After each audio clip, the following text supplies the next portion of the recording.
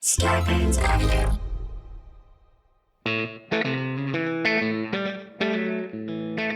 Coming to you live from our houses in Los Angeles, California, it's Nobody Listens to Paula Poundstone, your comedy field guide to life. Tonight, it's our What I Haven't Gotten Around To show. All of us have a long list of things we were going to do during this safer-at-home lockdown period. Dust the Venetian blinds, alphabetize the books on our shelves, maybe even read some of them. But what have we done? Nothing except make food, eat it, and clean the dishes. So tonight, we're going to get around to doing the things we wanted to do on this podcast, but haven't done yet. Like maybe stay on topic. Plus, how are we doing in the American minor outlying islands? Let's put it this way. We have a listener. I'm Adam Felber. This show's human Roomba, circling the podcast trying to pick up stray pieces of furry irrelevancy and sweep them away. And now, please welcome the woman who sheds more topics than her cats do hair, Paula Poundstone! Hey, guys!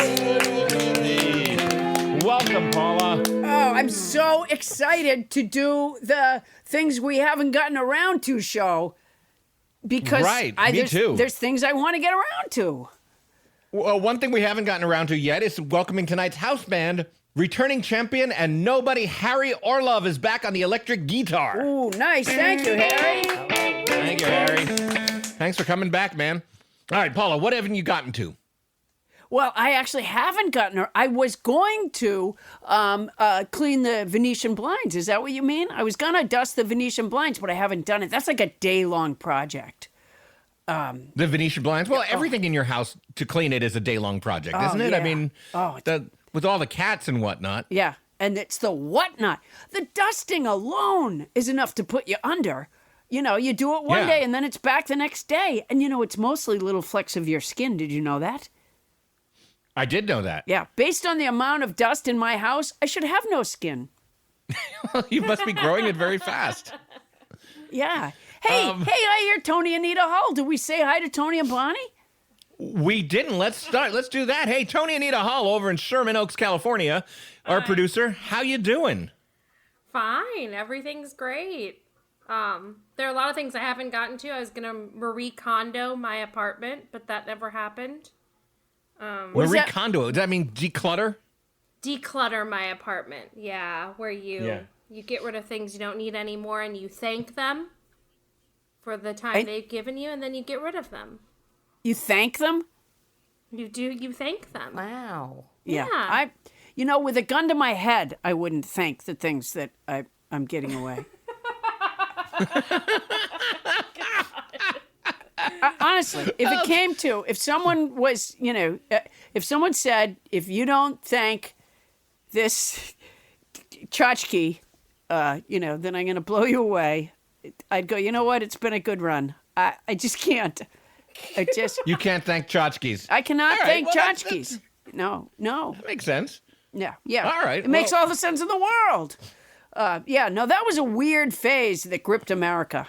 The Marie Kondo say goodbye to your things phase. Well, Tony Anita Hull is still in that phase, it sounds like, or is trying to get into it. I was trying to get into it.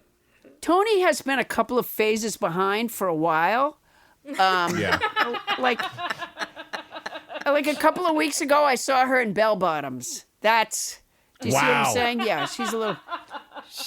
And let's not forget, as soon as we really learned the extent and dangers of this COVID-19 pandemic, Tony promptly signed up for a cruise. Yeah, exactly. Oh, yeah. She's just behind the phases that we're in, you know?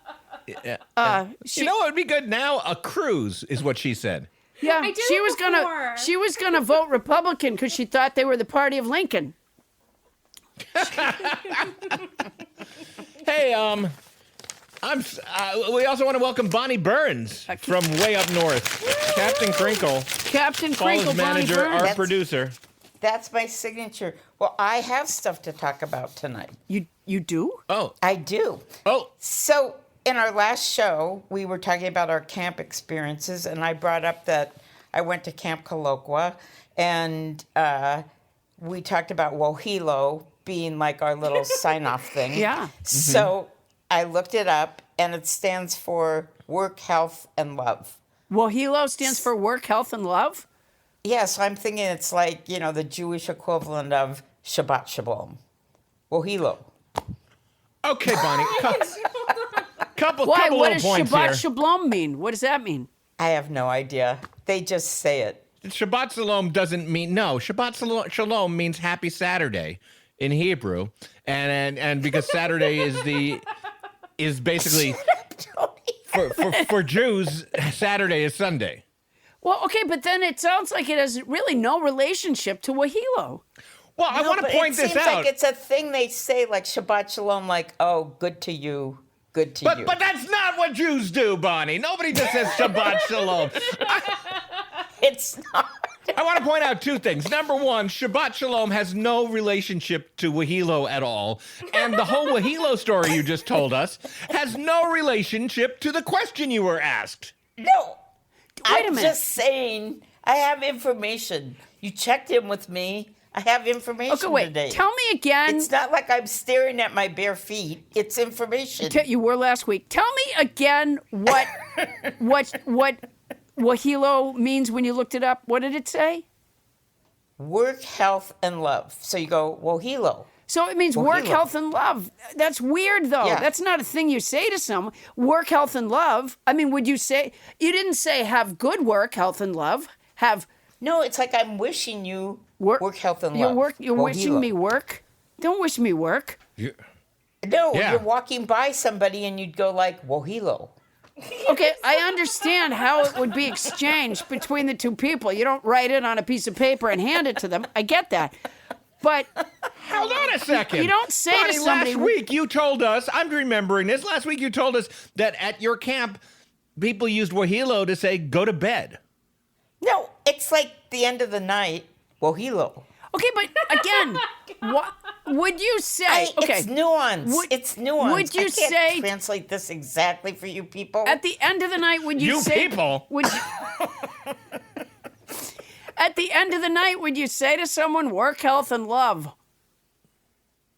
No, it's like symbolic. Symbolic? Wahilo. Symbolic of what? Stop fucking saying Good night. Wahilo. It's like saying good night. It is it's not. a nice no. way. Good. What is Shabbat Shalom? No, good night. No. Shabbat Shalom apparently doesn't mean that either. Oh my God. No, you're like, you walk by somebody and you go, Shabbat Shalom. No, you don't. Well, not if it's not Saturday. Well, no, but if it is Saturday. Yes, it's a nice greeting on Saturday. It's Okay, wishing so you a good... Wahilo. Okay, Bonnie, that would be like if it was Tuesday, walking by someone and say, "Good Saturday." Do you see why it wouldn't be the same? It doesn't matter what language it is. It doesn't make sense. I'm just so glad I don't have hair to tear out anymore, Bonnie. Okay. Because- I haven't even told you the best part. Yeah. You're not gonna, are you? No, I am. So I looked up Camp Colloqua and it still exists. Oh boy. It's still in business. Oh, I'm so excited. Huh. Yeah. I think that's amazing. Yeah. Camp Chafing Dish is still there. It's For those of you who didn't listen to last week's show, we also discovered that one of the things besides saying Wahila and that they did at Camp Colloqua was the campers would sit around the fire and make hot dough on a stick. okay. Wait, I just have to ask you one more question. Don't No. you think if you were like 7 and like you made dough in a tin can and then you wrapped it around a stick and you roasted it, you cooked it over an open fire, you would think that was pretty cool? Which is why You asked me that last week, and I said probably not. Oh, no, this is what people don't realize. This is exactly why 7-year-olds loved the Great Depression. Yeah. Because all they had was flour and water, and they were happy because Yeah. they could make hot dough on a stick. Those were the days. Yeah. Yeah. God damn it, Bonnie. How we weren't even like 5 minutes into the show before you completely derailed it. Wahilo. No, she, Well, hello, Bonnie. she didn't. Shabbat shalom. She didn't. Shabbat Shalom. Let's get back to the topic at hand, which is Shabbat Shalom. Sha-da-da-da-da-da-da-da-da, Shabbat Shalom. yeah. I got another one for you, Paula. Wahila.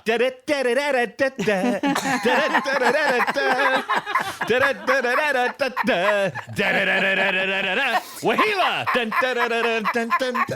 Yeah, but this is what a lot of people aren't understanding about what Bonnie's telling us. Shabbat Shalom means Good Saturday, but ba-da-da-da-da-da-da-da-da means and all the other days. Da-da-da-da-da-da-da-da-da. So if I'm going to say to you, have a good Friday, I would say da-da-da. It's actually yada da da da da because it's derived from the Yiddish yada yada yada. Oh. Which means etc. So it's Shabbat Shalom, yada yada yada yada Shabbat. She's even got me off topic now. Adam, one of the things that I haven't gotten around to doing, week after week, I've wanted to mention something I read about a while ago, and we've just never gotten around to it, which is about sand dunes. I learned that sand dunes communicate with one another. Yes. Now we have talked about maybe putting that little nugget, that story, in the show for about 6 months now, maybe a year. And here it is. They did a study at Cambridge University, and they discovered that sand dunes actually communicate with one another. Like one sand dune might say to another, "Have you seen Lawrence of Arabia?" And the other sand dune might say, "No, but my mother was in it." That's sand dune. That's sand dune communication. You've been waiting for a year to tell that joke? About 6 months, yeah. Yeah. Well, I don't know why we didn't have that in the show. I read that study. It's somewhat interesting. It turns out that one sand dune's rises and falls kind of affects other sand dunes near them, and for some reason they've expressed that as though they're communicating with each other. Well, they are. A sand dune will say, "I'm coming over near you," and the other sand dune will say, "No, you're not. I'm moving." Yeah, no, you can hear that when you're at the beach. Well, one thing I haven't gotten to that I've meant to is I haven't gotten to solving the murder of our intern Doug. Oh, this is a mystery. This is a gripping mystery. This is a mystery. About 3 weeks ago, our intern Doug, who some of you have pointed out we never mentioned until he was brutally murdered. And now we're trying to solve it. And although it might look like a cynical attempt to have our own little true crime podcast thing happening, it's not. Although I did learn one more interesting, fun fact about Doug, Paula. What's that? Well, that we always kind of just referred to him as Doug. Yeah. Like none of us knew his last name. He had one? I thought he was like Cher. I don't know if this is... Yeah, no. See, Cher is a very famous woman, so she could get away with one name. Doug actually had a last name. He never used it. I think it might be some kind of a clue. His last name was Burns. Really? Yeah. Burns. Doug Burns. Bonnie didn't. Yeah. That name didn't. Yeah. Bonnie, can you think of any reason why our intern Doug would have coincidentally had your last name as well? Oh, I hope this doesn't mean there's nepotism in our intern program. I hope not either, but it's just another data point out there. Doug Burns. Huh. Where is he going with this? I don't know. Look, we're following all the clues, Bonnie. It's a common name. It is. It's a common name. It is doesn't absolutely. Have to. Yeah. I always just knew him as Doug. When I wrote his check, I would just write Doug. Never occurred to me. Right. Yeah. Those are some other data points. We know that you were feeling like you were paying him too much and you couldn't pay him anymore. Yeah. He had recently gotten a raise. He was found dead near a copy of my book. Yeah. Apparently. In fact, there was blood on the book, and then there was a dent in the side of Doug's head that was exactly the corner of the book fit in there exactly. We also know that Doug's hand was apparently burned, like air fried, like in an air fryer. And Tony Anita Hall recently got an air fryer, yeah. And there were two. So there was a husband and wife detective that were called to the scene of the crime, and that was Tom and Anna Delano. They wrote the first report on the crime scene. On the tragic death of our intern, as we know, found dead wearing his signature kimono and jodhpurs. So, listen, nobody's out there. If you guys have any clues as to like what might have happened to Doug, please go to our Nobody Listens to Paula Poundstone Facebook page or tweet us. Let us know anything that you've discovered because we're just assembling all the evidence. Okay, this was a weird thing that happened, which is to do the crime scene photos. For some odd reason, Annie Leibovitz was called in, and so she moved she moved everything all around. And posed the. Well, that's not what you're supposed to do at a crime scene. That's the so that of, right away was against regulation. So we have to look into that. Why would anyone have done that? She put she put Doug in kind of a funny position with cat figurines around him, and nobody really knows. But that was after the murder, so I don't know. Something fishy happened there. We are going to solve this one. I can't wait to see that picture by Annie Leibovitz, though. Yeah. That sounds tremendous. Okay, but we are going to get to some other things that we haven't done on this show, right, Paula? There's there's so much that we haven't done. Yeah. Oh, you know what we're going to do? Let's preview what we're going to do. Number one, Tony Anita Hull is going to tell us about a place that are apparently super popular in, right, Tony? I'm so excited about this. So popular. Okay, so Tony's going to put on her peplos and get ready for that segment. And something we never got around to, and I'm really dreading this one, but I do have to preview it, is Bonnie Burns. There's been a lot of talk about there being a Bonnie Burns spin-off podcast. Oh, yeah. People are clamoring for it.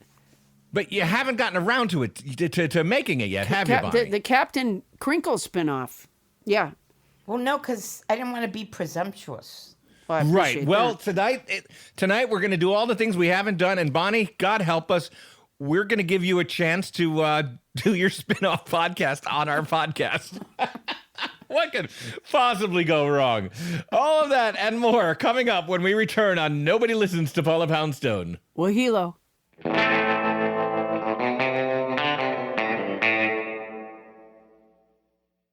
Hey, Adam.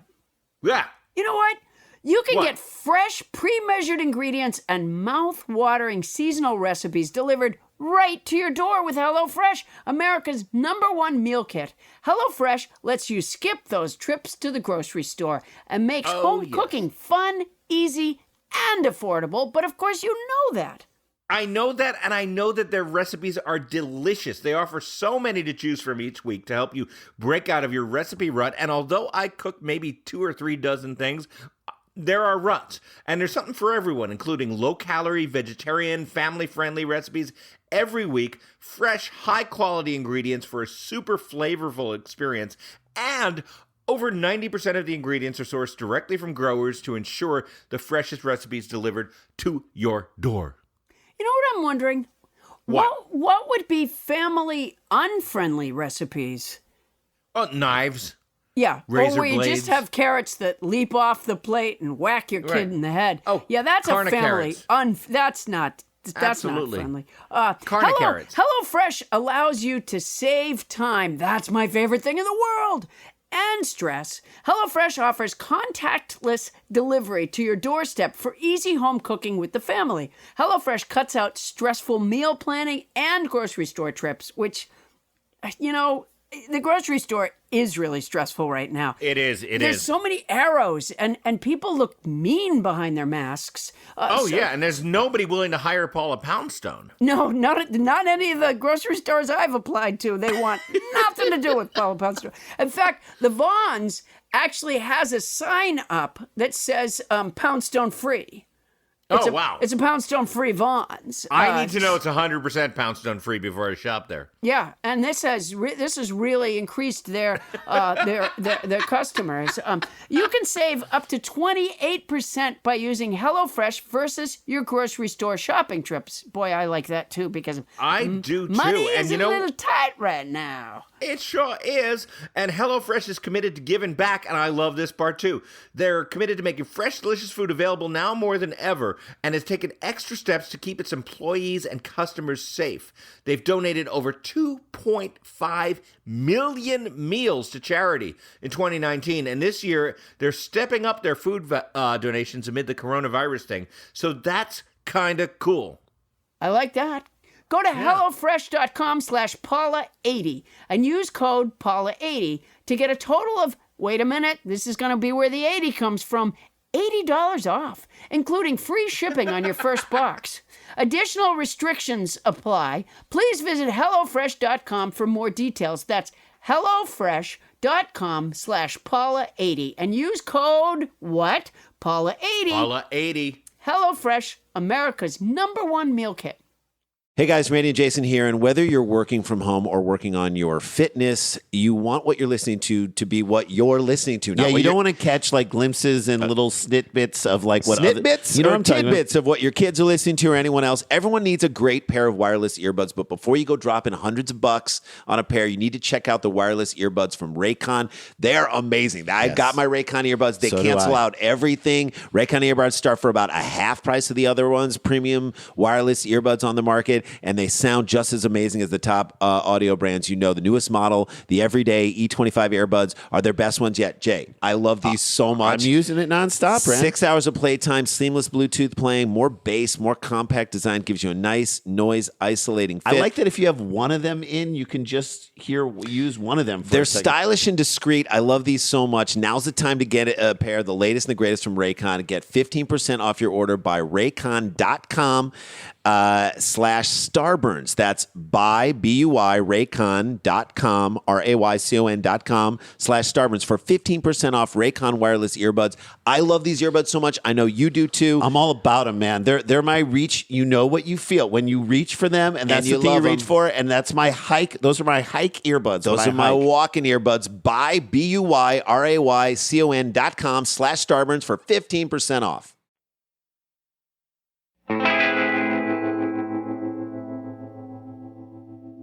Thank you, house band Harry Orlove. That sounds fantastic. Paula. Thank you, Harry. We're covering the things that we haven't gotten to and we really mean to get to. Oh man, that feeling, that feeling that the itch needs scratched of wanting to get around to stuff. You know, my desk, and I really thought for sure, since I'm not traveling, that I would get it taken care of. And I was down like a couple of inches of paper bilge that builds up on my desk. I was down a couple inches. I was like, yes, I'm going to see the surface of this desk before this virus releases us from its grip. And now it's building back up again. Yeah. It's frustrating. Well, you know, I do want to point out somebody has gotten something done, which is that Tony Anita Hull took the initiative and went and asked our listeners before we recorded this show what they haven't gotten to or have been meaning to get to in their lives. And so with that in mind, I want to bring Tony Anita Hull up to the mic. Tony, you're on double duty this week. We have another thing for you later. Exhaustive. What's on the... But this one, you don't have to wear a peplos for. What's on the hot sheet? What are our listeners saying they haven't gotten to? Okay, so Stephanie Lundgren wrote, I moved right before the stay-at-home order, and I thought for sure I'd be completely unpacked and organized by now. I have been working from home, so it's not at all free time, but still. I see. Oh, yeah. Oh, and that's the worst feeling as a person who struggles with OCD, not being unpacked. You know, I have to tell you, Stephanie, I think I was in one house for 12 years before I unpacked the last box. There's always that one box that just has stuff that you probably never should have brought with you from the last place. But you just couldn't thank it and say goodbye. And so you still have it. And it just sits around in a box for 12 years until the cats pee in that box. That's usually what motivates you. We have a similar problem in this household, and in some ways it's worse because we bought this house, I'm going to say 8 or 9 years ago. And we were living in an apartment before then. And literally 3 weeks before we were supposed to leave the apartment and move into this house, a pipe behind the washing machine in our apartment burst. The whole place flooded. The fire department had to come. And because of the water remediation process, we weren't able to pack up our old apartment to move here. That had to be done by professionals. Wow. I didn't know there was such a thing. And some of those boxes are still in our garage. But are the things wet? So you have boxes of wet belongings in your garage? Oh, you got to get those out. They're not boxes of wet belongings. You got like a It's grove not- of mold back there is what you got. No, it's not. The belongings themselves weren't wet. I want to point out that the flood in the apartment wasn't like knee deep or anything, but it was. It damaged the floor and stuff like that. No, that was a big flood. I remember that. I remember finding you and Jeannie in the middle of the apartment in a tiny ship. And the tiny ship was tossed. It was a 3-hour tour. Wow. So that would happen. So there were professional packers. What does that have to do with the fact that you didn't open the boxes and take the stuff out? I mean, did it matter who put it in the box? Did you guys say to each other, let's not touch that? Professional packers put it in? No, the movers were allowed in to put everything into boxes. My point is that because we didn't have time to pack up our own apartment, all the crap that we were going to get rid of ended up being transferred to our new house. Oh, and you just haven't gotten around to Condi. What was it? What was it? Marie Kondoing it. I didn't Marie Kondo it yet. What, is it Marie Kondo? What is it, Tony? Is it? It's Marie Kondo. Oh, Marie Kondo. Uh-huh. So you didn't get, so you haven't said, yeah, okay, all right. So you got wet stuff out in your garage that you haven't been able to part with? No, it's not wet, and we are able to part with it. It's just that there are boxes that we haven't gone through because they're filled with stuff that we didn't want to bring here in the first place. Well, I have to tell you something. We have to go through the box. If it was baby clothes, you can just throw the box away. Right. Again, because we didn't pack these large boxes, we don't know all the things that are in it. Well, so just because there's baby clothes on top doesn't mean that there's not like grandma's diamonds in the middle. All right, let me just say this, listeners. If Doug's body goes missing, I know where to look. All right, Tony, read us another one. This is from Dottie Michaels Lewis. Paint the bathroom I started 7 years ago. So for Dottie, the pandemic started 7 years ago? Boy, she's like Nostradamus. She saw this whole thing coming. Well, I guess what she's saying, and Tony, back me up if I'm right, and keep quiet if I'm not. What she's saying is that she really thought that during this pandemic is when she'd finally get that done. Yes. No. Dottie, 7 years ago, saw the pandemic coming, and so she started painting her bathroom. You're not reading between the lines. And I'm definitely not. Yeah, and she started 7 years ago painting her bathroom. Wow, this that's must a long be time ago. a fucking huge bathroom. Yeah, it's got to be. Dottie, if you need help in there, yes, you'll have to wait till the pandemic's over. No, it sounds like the bathroom is big enough that we could stand 6 feet apart. And and help her paint. Right, exactly. And we still have plenty of room on the walls to paint. Oh, that's going to be nice. All right, so Dottie, write back to us and let us know if there's a wing of your bathroom that we can help paint. What else you got, Tony? Wait, I wonder if Dottie has done that thing for the last 7 years, which is what I do, which is I put something on my list of things to do, and then when I don't do it, I just move it to the next day and move it to the next day. So she could have like a whole pad of paper, right, that just already pre-printed on the top of the page, paint the bathroom. You know what I mean? That way there, she doesn't have to keep writing again. She can pre-print her to-do list because she never does it, is what you're saying. Yeah, the Dottie Michaels Lewis things to-do list that comes already pre-printed with paint the bathroom at the top. I like that.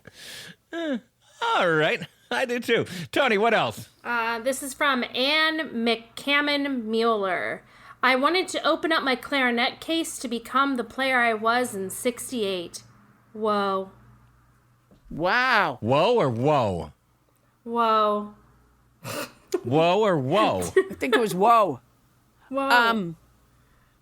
Well, W-O-E. W-O-E. I think we all know what happened there, which is that Anne McCammon Mueller was well on her way to becoming a world-renowned clarinet player when her husband took a job as the special investigator on the Trump-Russian collusion investigation, and then she just lost her focus. That's what happened there, because she's this is Robert Mueller's wife, Anne McMahon. Now, Now, Paula, as much as I like to endorse your tendency to relate almost everything that comes up to the Trump administration and the Mueller investigation, Anne is quite clearly stating that she wants to become the player that she was back in 1968. Yes, but she was on her way to becoming the player that she was back in 1968 when the Mueller investigation just took over their house. You know what I mean? There were papers everywhere. She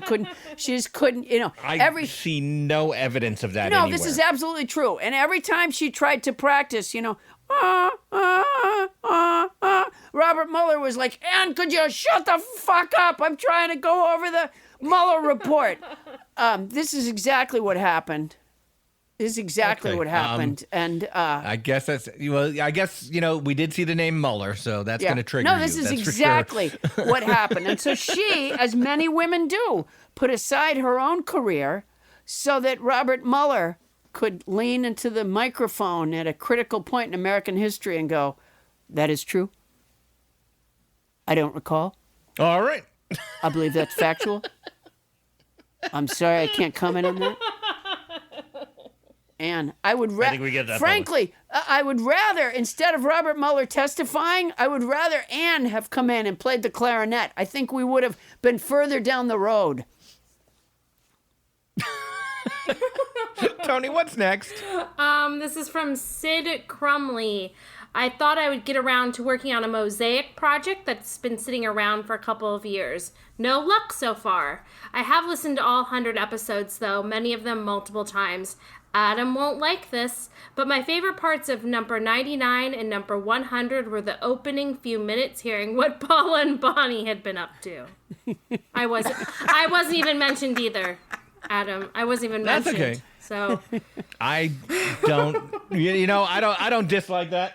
No, That's fine, Sid. Absolutely fine. no, for You for a lot of listeners, Go ahead. episodes 99 and episodes 100 were beloved because Bonnie and I were able to share what we had been up to. Yeah, a lot of people just cry out wanting to know what Bonnie and I have been doing in our separate dwellings. absolutely. And I think of them both as Doug's last episodes. In fact, one of the things Bonnie said when you said, what have you been up to? She said, bludgeoning Doug was... Oh, that's right. Oh, my God. Yeah.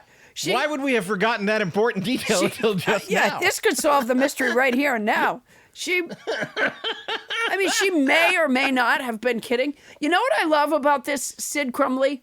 A, I love the name Sid Crumley. But B, what I love about this is, as a general rule, when we ask Bonnie what she's been doing, like when at the beginning of the show, we've been doing this since we've been all recording separately in our dwellings instead of in the studio. We've been checking in with, each of our little Nobody Listens to Paula Poundstone cast, so to speak. And we've said, hey, what have you been up to? What are you doing? What's new? And Bonnie's traditional answer is, I'm laying on the couch.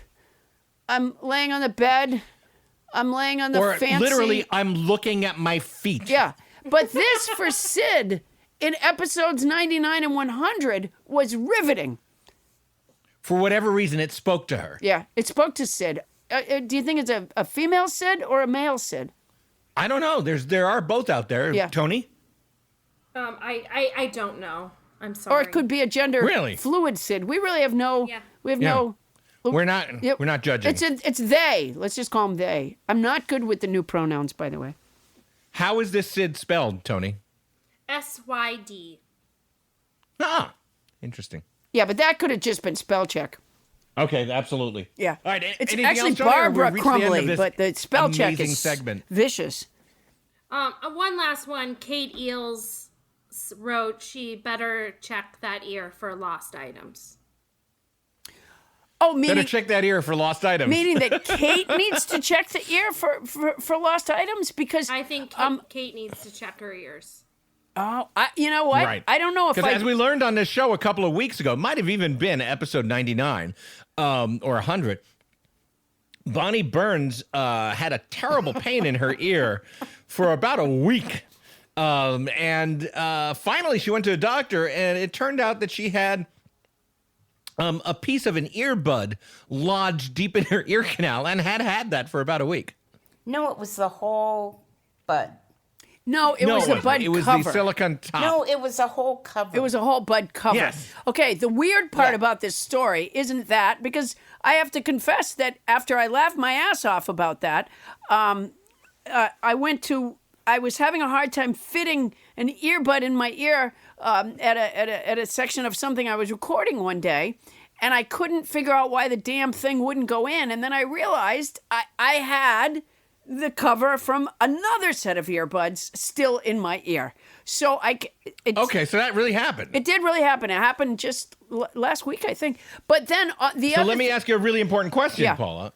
How many days approximately was that thing lodged in there then? No, it was it was like a couple of minutes. It wasn't A couple of it was minutes. a couple of minutes. But Are you apparently listening, Bonnie? If you have clear enough ears, did you hear that? It's a couple of minutes. It wasn't a week during which Paula found herself in pain and bleeding from the ears and having headaches and her jaw hurt. But apparently a couple of minutes. some other listeners did write into our Facebook page and say that they too had gotten like the earbud cover, which, by the way, earbud cover makers, what are we discovering? That they had got the earbud cover stuck in their ears. Maybe not a great idea to use the earbud covers. But here's the difference between Bonnie's experience, and this may be what gripped Sid Crumley on the edge of their seat in episode 99 or episode 100. In Bonnie's experience, it turned out she was using her ear as a step of Marie Kondoing her home, because underneath, instead of saying goodbye and giving away the items that were precious to her or had been formerly precious to her that she didn't need anymore, what she was doing was putting them in her ear, because underneath the earbud cover, they found a pool cue and a copy of Little Women. So she was just, Right. you know, when you have a book and you're like, well, I read it already. Should I get rid of it? Or should I keep it so I can show people that I read it? What if I do a Zoom call? I need something behind me. But Bonnie was putting these things in her ear. And so that's really the difference between her and these other. And that is a significant difference. Yeah. She didn't just have a little teeny piece of plastic. She had the goddamn Congressional Library. There was a whole wing of the Smithsonian was in Bonnie's ear. I think it was colonial history, wasn't it, Bonnie?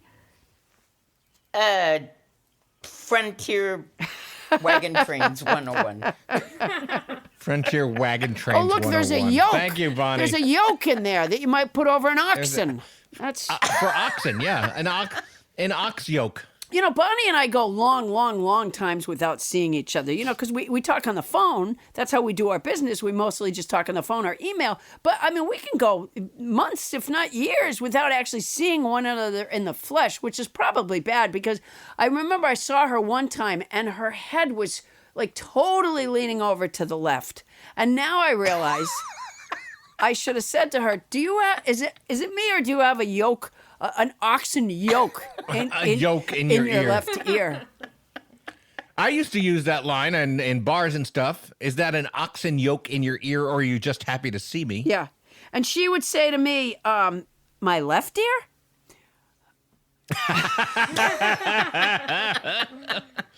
All right. Well, we want to thank you for stepping up and telling us what you haven't done. That was really entertaining. I can't wait till they get these things done and have that good feeling. I can't wait to see that shiny, bright painted bathroom that Dottie Michaels Lewis has. It's going to be great.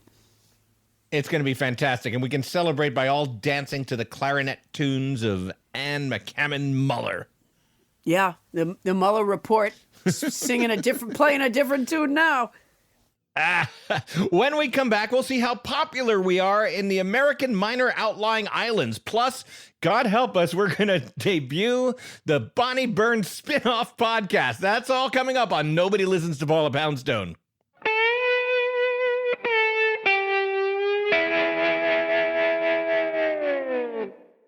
The cat of the week is Winston of Columbia, Maryland.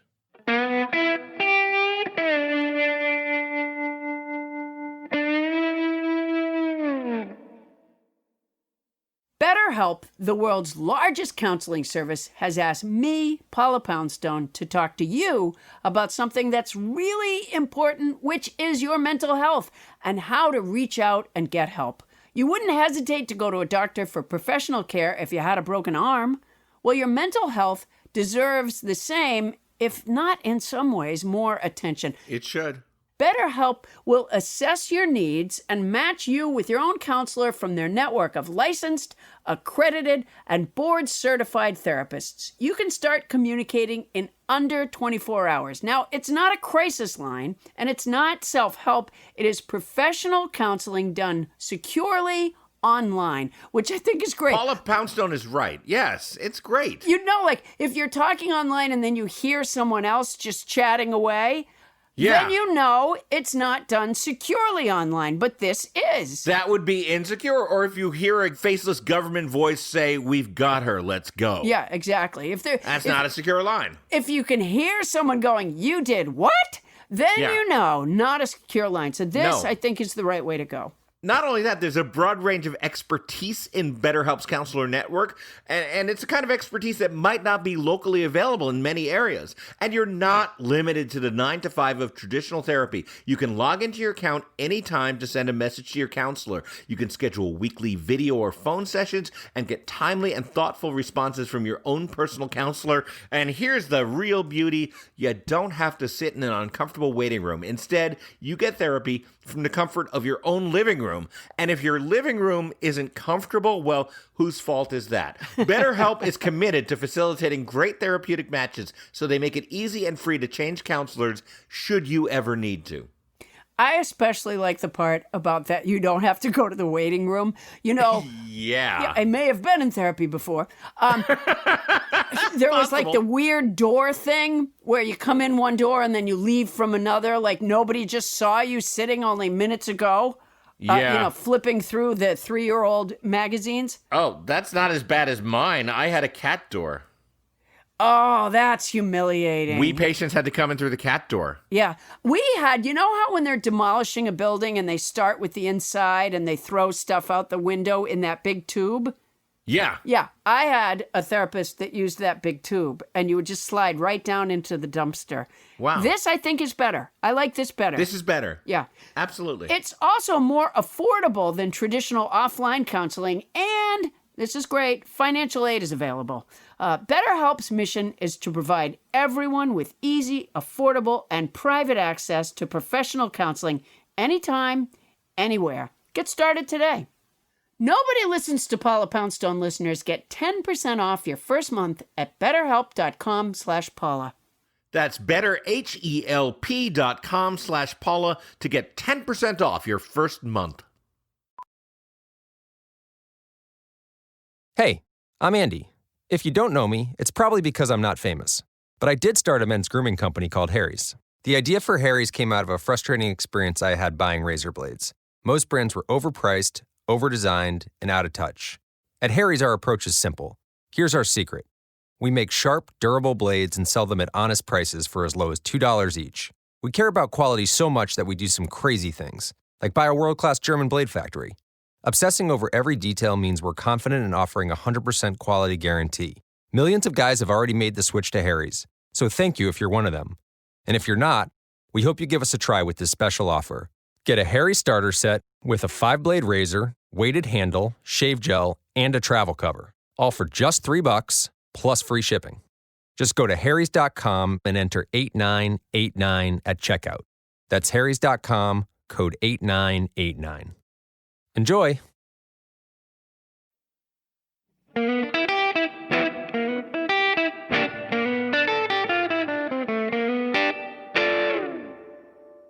And we're back, everybody. A big thanks to Harry Orlove. You're playing us proud today, Harry. Thank you, Harry. Paula Poundstone. Now, as we covered a couple of weeks ago on this podcast, our listeners have been suggesting, not only have they been suggesting that Bonnie Burns do a spin-off podcast, but they have been suggesting titles for the podcast. And we went through a bunch of those a couple of weeks ago. I only remember A Crinkle in Time.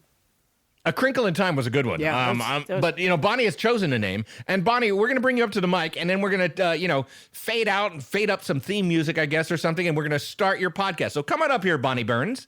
Okay, well, it's a little difficult to bring me up to the mic since I'm sitting here talking into the phone and right here in my bedroom. Well, let's be honest. Way to shatter the illusion, Bonnie. Not that I want you to think that I'm an antagonistic host or anything. No, you're not a host yet. We haven't gone to your podcast.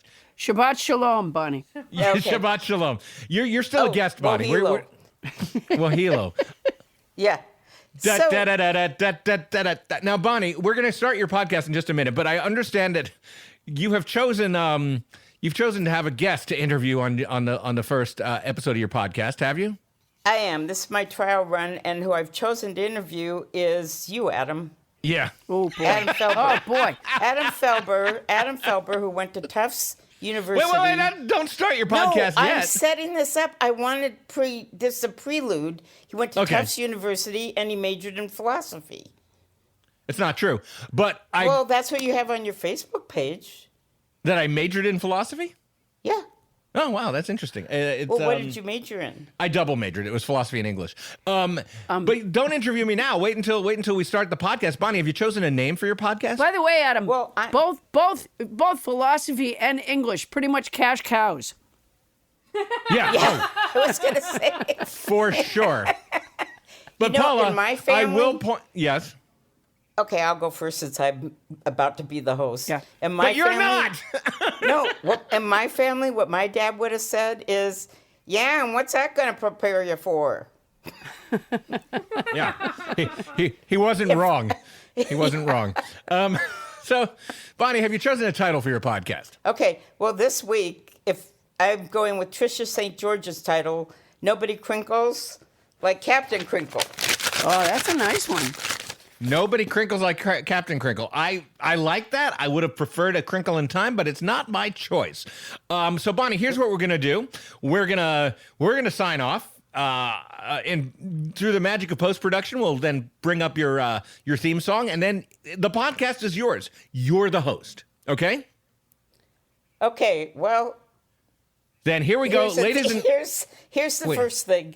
I wasn't really planning on doing it this formally. I thought I would just kind of like jump in and start interviewing you because I never really owned up to that I would have a show since my job is to manage Paula Poundstone. But yeah, well, now you got a show, and you're gonna have to say hello and welcome everybody at the end of the theme song, which starts. Bonnie, get ready. Which starts now. okay. Da da da da da da da da da da da da da. I already Hey, love folks, it's me, Captain Crinkle. Okay, I just want to explain. Here's where the genesis of this was. It was not my idea. Nobody started writing in and saying, I think Captain Crinkle should have a post show. And I will say that if I did have a post show, my expertise is kind of, behind the scenes. I talk to everybody and I kind of get the more personal angle, not the professional, like the kind of questions you guys ask him on the air. This is exactly the way Cavett used to open his show. Okay, so Adam, come on up to the mic and Me? Yeah. You're not going to introduce me? I just introduced you. You said so, Adam. That's not introducing No, me. I said you went to Tufts. Okay. Ladies, no, I don't. I'm really glad you're joining me after the show. It's a pleasure to have you here. Why don't we welcome the co-host of Nobody Listens to Paula Poundstone, Adam the Felber. Yay! Thank you, Bonnie. Thank you. It's a pleasure to be here, and I'm honored to be the first guest on your podcast. Okay. So, Adam, Yes. you said on a show the other week that you'd been working with me for 3.5 years and I knew almost nothing about you. What would you say is the biggest thing that I don't know about you? The biggest thing that you don't know about me? Well, yeah. Like the most important thing that I don't know. The most important thing about me that you don't know. Yeah, like the biggest thing. God, do I have to spell That's everything out to you? Wow, I was just thinking, wow, what kind of fucking hosting is that? I don't want to I'm your guest. I don't want to torpedo your show, Bonnie, but I've heard before that Felber is a tough interview.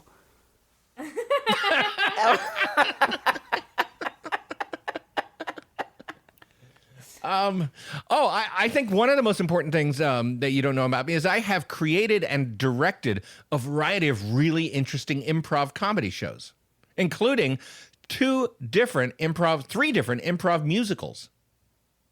So Adam is finding about himself as he's talking to you. First he thought it was 2, and then it turned out it was 3. So boy, you are really getting some interesting stuff from him. Because in the past, he's always Paula, said it was 2. And then today he discovered that it was 3. So you're getting an interview that no one else has ever gotten. Okay. You said on Broadway improv shows? No, improvised Broadway musicals, but not on Broadway. It was actually just off Broadway. One of them. On Broadway or off Broadway?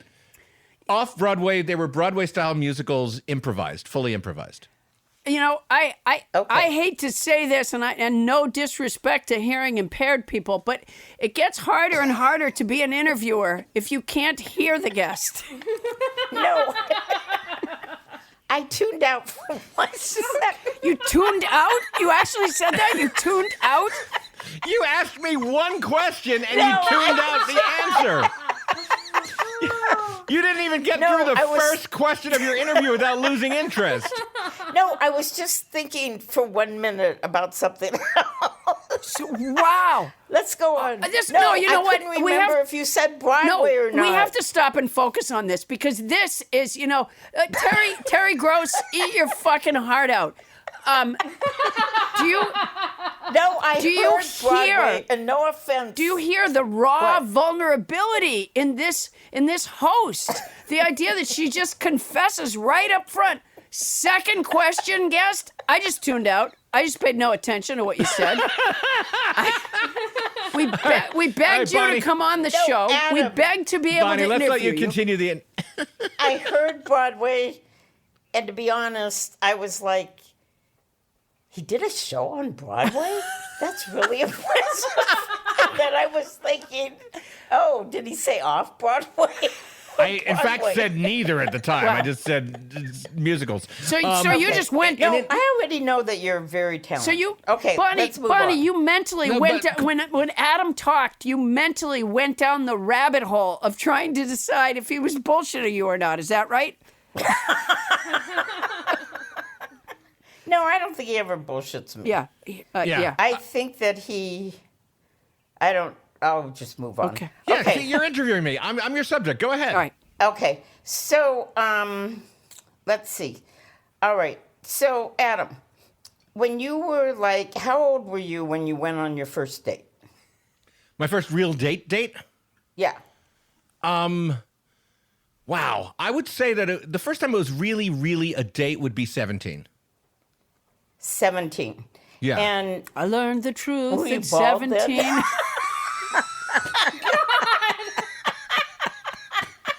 Did you ask if I was bald then? sorry. All right, Bonnie, I'm just going to... This is your podcast. I'm going to answer your question, okay? No, Bonnie, I wasn't bald when I was 17. No. Sorry. Adam. No, I didn't mean that. Oh, go ahead. No, Adam. Help me out. Adam, don't take offense. She once interviewed Eisenhower, asked him the same fucking question. Oh, that makes it better. No, look, Adam, I think you look great bald. Your sister just posted a picture of you with hair, and I think you look much better bald. Well, thank you. Yeah, my sister posted a picture of the way my hair looked when I was much younger, and I had a gigantic and long head of hair at one point, all the way down to the small of my back. Which, by the way, Okay. this is listeners don't know what you look like, Adam. The small of his back is like 3/4 of the way up his back. Yeah, that's true. Was it hard for you to get the nerve up to ask her out? Like, did you have to spend days getting your nerve up? No, because, like, I was never like an ask people out kind of thing. It was sort of like we'd be hanging out and then it would become really obvious that we were sort of becoming boyfriend and girlfriend, and then we'd propose going places together.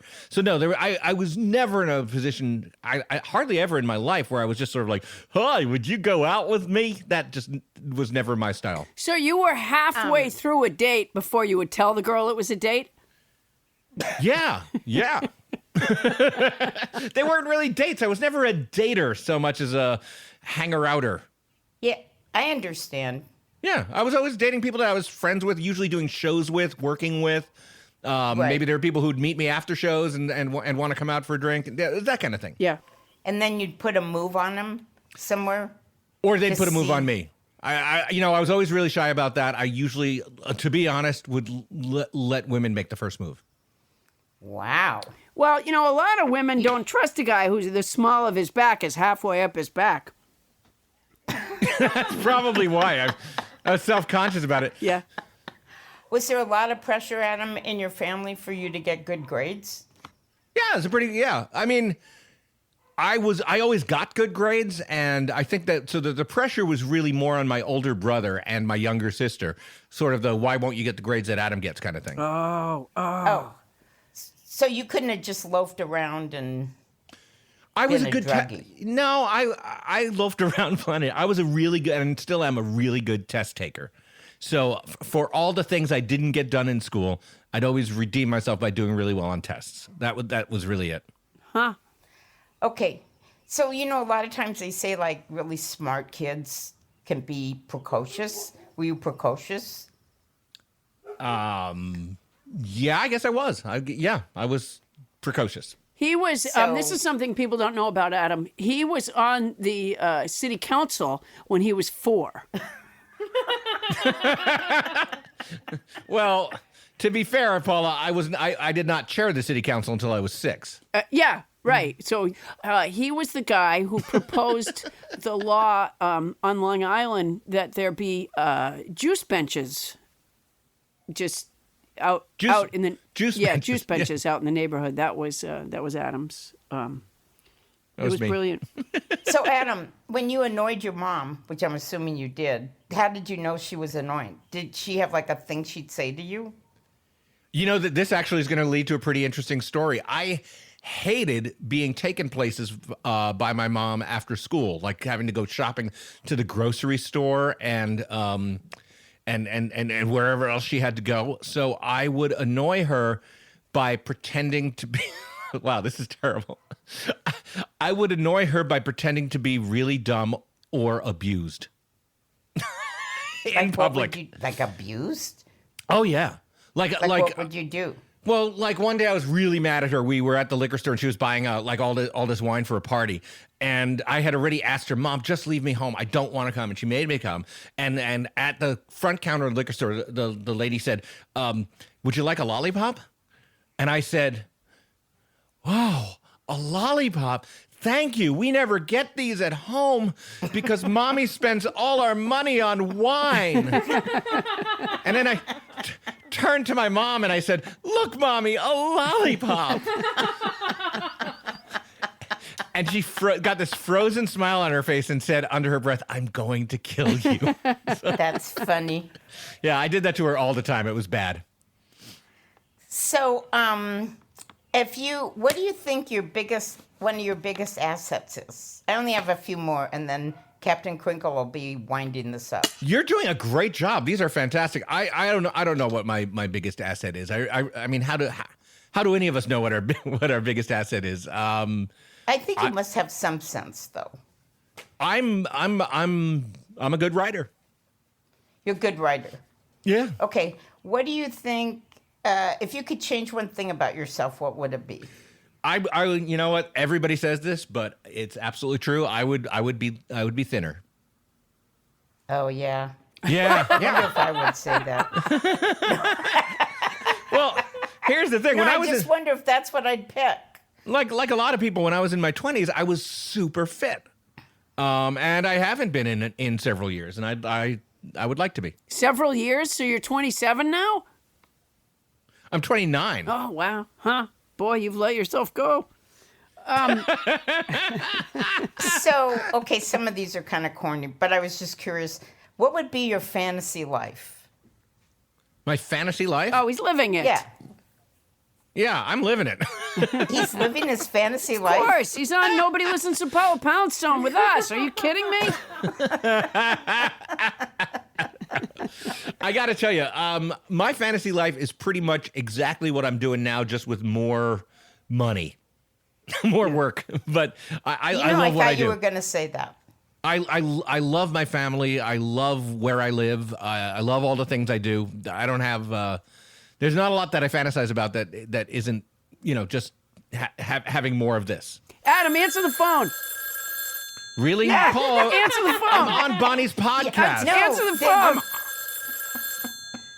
Oh Jesus! Hello. Yeah, hey, Adam, it's me, Mike Boom Boom Bonifant. This is your fucking fantasy? Yeah, Mike.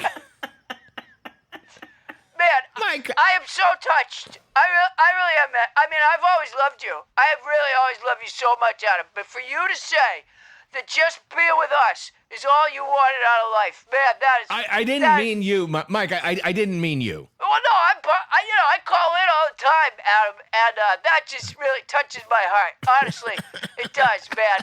Okay, I Mike. feel bad. I wish I could have gotten over there last weekend, but there's a, I just heard there's a virus, and so we're not, supposed to be, can't really be around other people and shit. But oh man, this is really a moment where you just say that you love, being with me. And I just want to say I love being with you. Didn't and say I that, Mike. cannot I didn't wait really say to, that. I'm telling you something.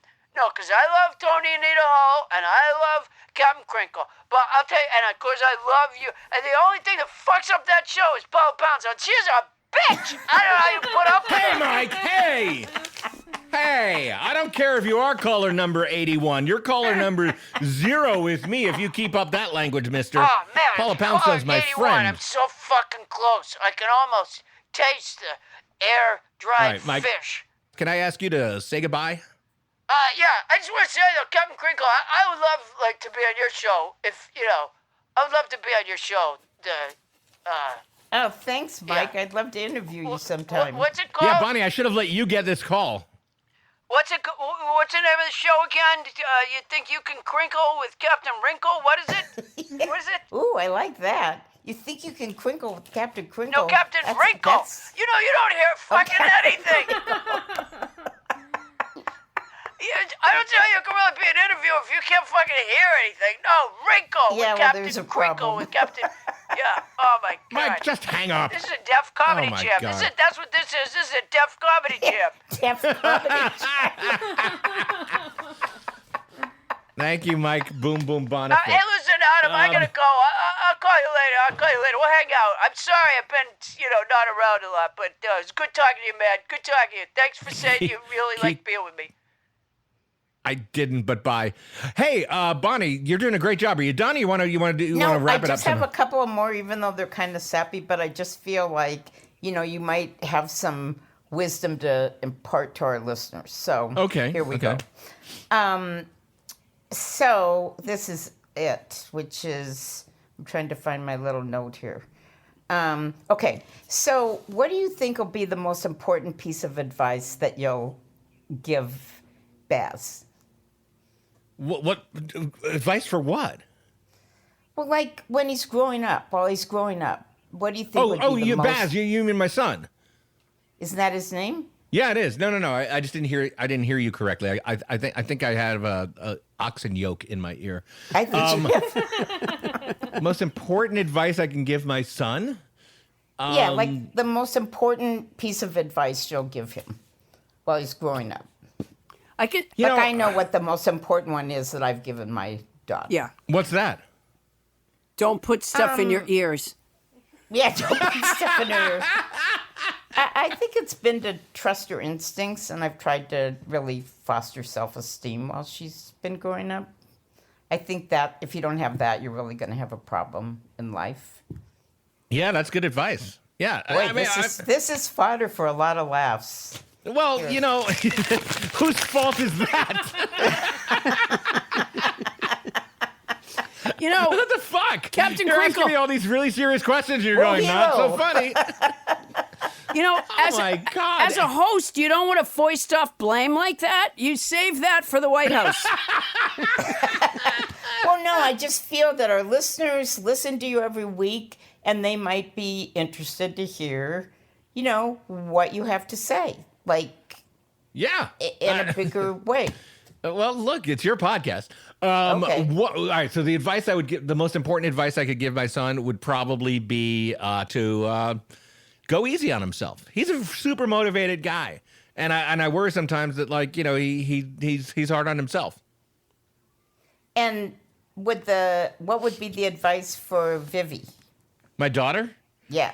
It's hard to shape someone when they're 7 years old. She's being who she wants to be, and I feel like kids are kind of at their most perfect in some ways when they're 7 and 8 before the hammer of conformity comes down on them. So right now, I want Vivi to just keep being who Vivi is. Oh, well, I was thinking your life philosophy, but I think these were two shitty questions that we'll probably take out in editing. I'm fascinated. Yeah, you want to say that to your guests. Yeah, that's absolutely right. Now I think I'm going to close, Adam. I'm trying to think what my last question should be. Wait, I'm just fascinated that Adam thinks you shape someone. I love that. Yeah, keep that idea up. Oh, that you shape someone? Yeah, he doesn't know, does he? Nature and nurture. Yeah. Yeah. Yeah. Okay. Nurture got the shit beaten out of it. That sounds like a couple of failed parents commiserating to me. I'm trying to think. Well, I think I'll go with this, which is not funny either, but... Okay. We know you've been a very successful writer in the business, including, I believe, that you wrote on Bill Maher for 11 years. Right? Wait, I'm sorry. Yes, I did. You faded out there for a minute while you were asking, but yes, I definitely wrote on Bill Maher for 11 years. Okay, well, no slouch thing. Do you have any advice for people that want to make a living as writers, say in the television or movie industry? Get a pencil. Absolutely. I got to I get a pencil out. No, get a pencil, but also get a pencil out. A couple things I'd say in TV and movies. One thing, there's a lot of social stuff involved in being a writer for television in particular. So take an improv class. Your communication skills are more important than you think if you want to be a television writer. And number two is make your own stuff. Don't wait until somebody gives you a job. With the best of your resources, make stuff. Write scripts. Put on sketch shows. Make short films. Make stuff. Never stop making stuff. That sounds like really good advice, and it's very similar to the advice I give people when they want to know about breaking into the business. So, Adam, I'm hoping after this little conversation that we've had, one of the things that happens to me is every time I sit down to text you or send you an email, I always know that the reaction's going to be, I didn't understand or I don't agree. Well, you might want to take an improv class, Bonnie, for that communication skill. Bonnie, I disagree with you quite a bit, but that's not true. I agree with you quite a bit. The not understanding is absolutely true. So I'm hoping maybe that we've gotten to know each other a little bit better. I'm hoping that Captain Crinkle has brought a little information and insight to her audience. And this is Captain Crinkle signing off from Crinkle Crinkles and Crinkle Crinkles. I have this to say to my audience. Adios. Oh my God, Bonnie, I want to say something right away. That was not even half the disaster I thought it was going to be. That was ably conducted interview, Bonnie. Oh, thank you. Well, boy, you really know how to Paula? spin a compliment. Oh, Hilo.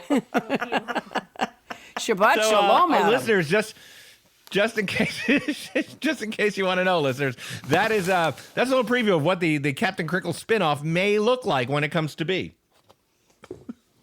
I don't know. I don't have the performing Jones. Yeah. What do you mean by Jones? I don't know. You guys, I don't know that I'm in for it. All right. So there might not be a spinoff, but there might be a spinoff about Around the World with Tony Anita Hall. Oh, I am so excited because I hear we're doing fantastic in a lot of the minor outlying islands. That's what I want. And so that's why, Bonnie Burns, again, thank you so much. And let's bring up Tony My Anita Hall. pleasure. I really enjoyed it. Good job, Bonnie. Yeah, very good job. Paula. I love it that what your philosophy when people ask you is the same as what Adam said. So usually what you say to them is, I don't know, ask Adam. That's good advice right there. Go ahead, ask Adam. I missed that. Oh. Where was that? That was a joke. Wow. I didn't get it. I would love to know It's what skills that make Bonnie such a great manager. yeah. What was that, I Paula? Was agree. that a Well, I joke? was going out on a limb Okay, there. let to me go ask you say something. that. Was that when you tuned out as well? No, I didn't. What was Go Ask Adam? You know what? 20 years ago, I wouldn't have had the nerve to say that. I would have just gone along with whatever Paula said. Oh, yeah. Oh my God! 20 years later, you feel comfortable shitting on her jokes. Oh my God! This is like when Rocky talks to Burgess Meredith, and Burgess Meredith tells him, "Yeah, I've been setting up fake fights for you all this time. You're really not a fighter at all." This is exactly that moment. Bonnie's telling me that she's been laughing at my shit for 20 years. When she didn't really hear what I said. 20 years ago. 20 years ago. So we've been, so the first 6 years. I'll tell you something, Poundstone. Poundstone, you're not funny. Those audiences, I paid them to laugh. You can't go out there and just talk to a regular audience. They'll rip you to shreds. I never even heard what you said, for Christ's sakes. Wow. You misunderstood what I said. No, I got what you said. I understood what you said. No, you didn't get what I said. I said 20 years ago I wouldn't have had the nerve to go, oh, I didn't get what the joke was. You know what? We got that, Bonnie. Hold on a second. This will make it easier. Take this shovel.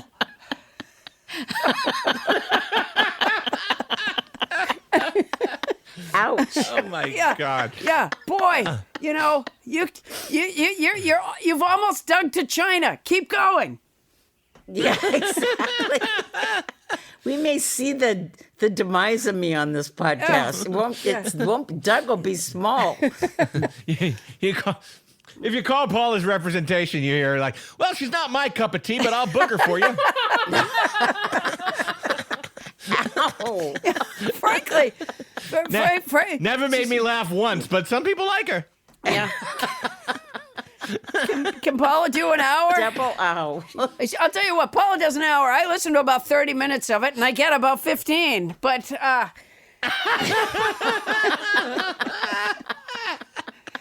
tune out But I after gotta the tell you, first 5. But some people like her. Yeah. Yeah. I don't dislike the people who like her, but I don't really have any interest. That's not it at Yeah. all. Oh, you we do. know about You it. do dislike the people who like me. I think I get it now. 20 years ago, I would never have told you this, but now I can tell you, I don't get shit that you say. Oh my God. I am so excited about the power and the reins that Bonnie has taken in her whole life to finally be able to tell me after. That she does not find you funny. Really, I didn't say that. We've worked together for about 27 years, and she's finally saying it's not so much that she doesn't find me funny, it's that she doesn't really listen to half of it, and she didn't get the rest of it. So that's... No, and I can see where you didn't think you were saying that about me. What you were trying to say was that you've grown a lot over the years. I was just a prop. In what I was She's finally able to stand up to you, Poundstone, and tell you you're not funny. Yeah, that was really. This was really a. So I think when people listen to the Captain Crinkle show, it's a journey of personal development of Bonnie just telling off all the people in her life. I know, because let's face it, after that very touching interview with me, she revealed, Adam, you've always treated me like shit, and I'm hoping that this interview helps heal that. That was a cherry on top of the sundae for me. So the whole Captain Crinkle show is just about that forging forward. In fact, her next episode, she's going to interview a guy she used to go out with.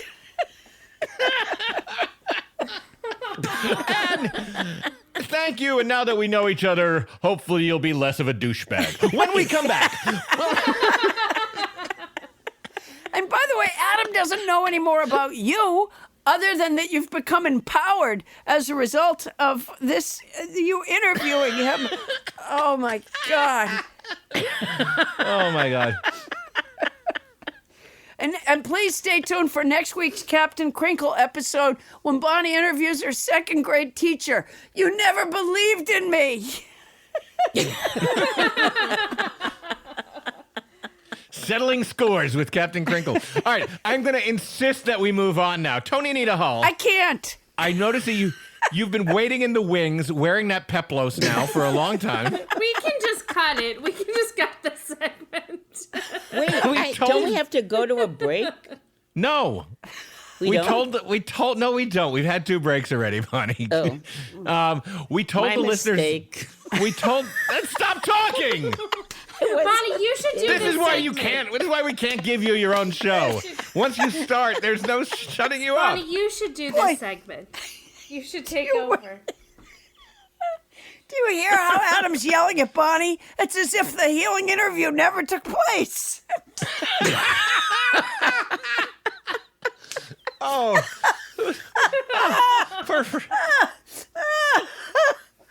Oh, my God. For a little while, I felt like we'd avoided that thing that happens to us when we try to do something. But we got... Now on the other side of that interview, here we are again. Tony Anita Hull, God fucking damn it.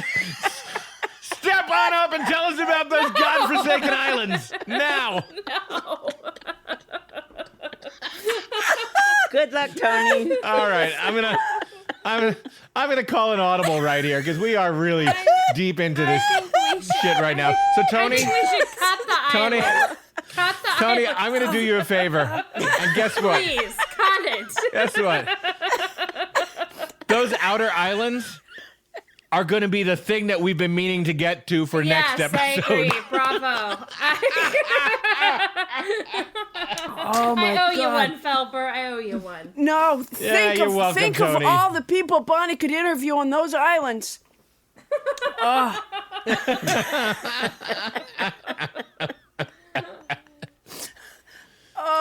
Okay. Oh, my head. Well, all right. Paula, I just want to say... Can I just say, I don't know how this fits into a show in any way.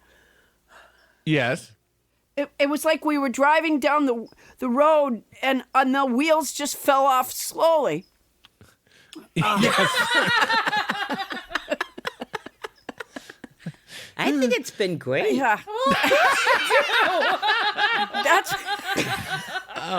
because God. you've had that empowerment and that development where you could finally say that after finally stand up to Poundstone. After 27 years, you didn't understand most of what I said, and you really just I've said before when I didn't get a job. Yeah, you Okay. Yeah. But I'm glad to know that it. Ago.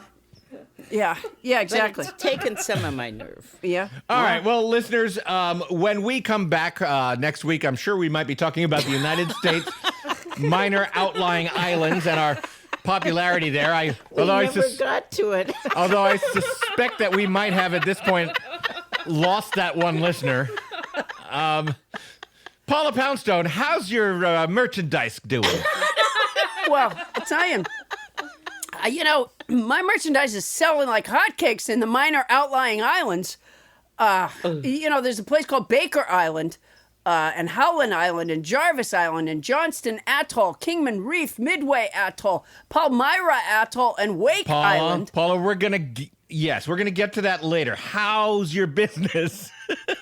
Well, this is You're where trying to get Tony to step up. This is where the Poundstone Pussy Pillows are really selling.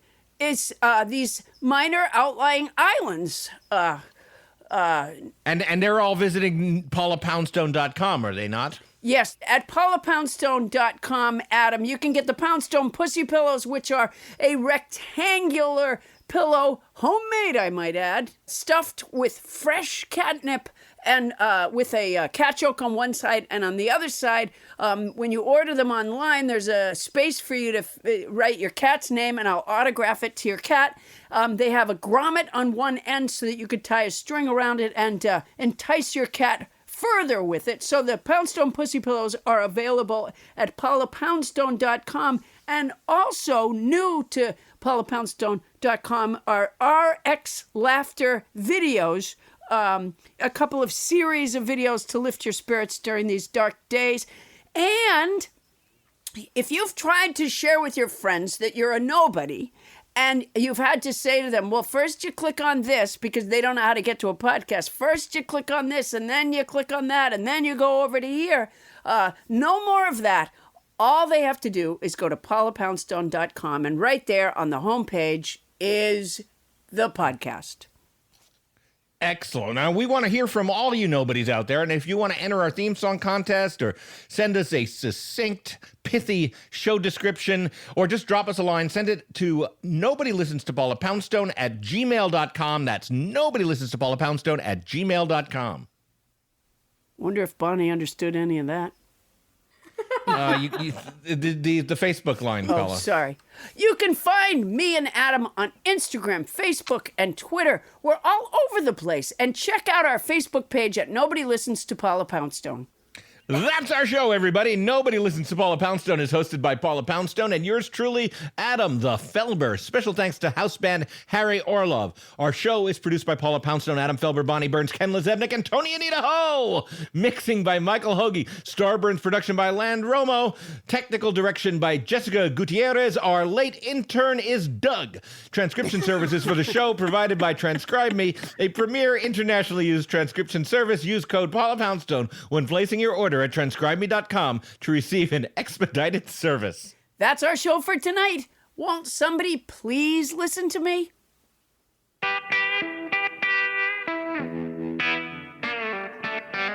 Now, Paula, I just want you to understand that it's not that she doesn't find you funny. It's that she doesn't get your jokes. You know what I think is weird, Adam?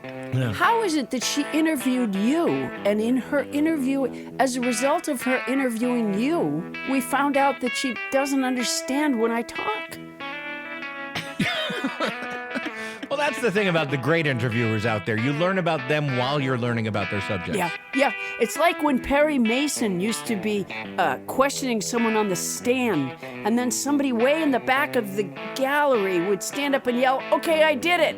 It was sort of like that. I wasn't even my conversation. She was interviewing you. Yeah, no, that's how the masters work. Whoa, boy, she just delves in, doesn't she? She really... She does. She says, Like a pit bull. she says to you, what words of advice would you give to Baz? And it was touching. It was absolutely touching to hear your response about, being himself, not being too hard on himself. And then she just I almost got whiplash when she said, Yeah. And then all of a sudden, she capped that off with, and Paula Poundstone can suck my dick. Right, exactly, precisely. She says, and she just it seemed to me it was out of the blue, what advice do you give to Baz? And then she gives, I don't get shit, Paula Poundstone says. She can bite me. Yeah. Boy, and then she finishes up by going, boy, I feel better. How about you? Hey, V.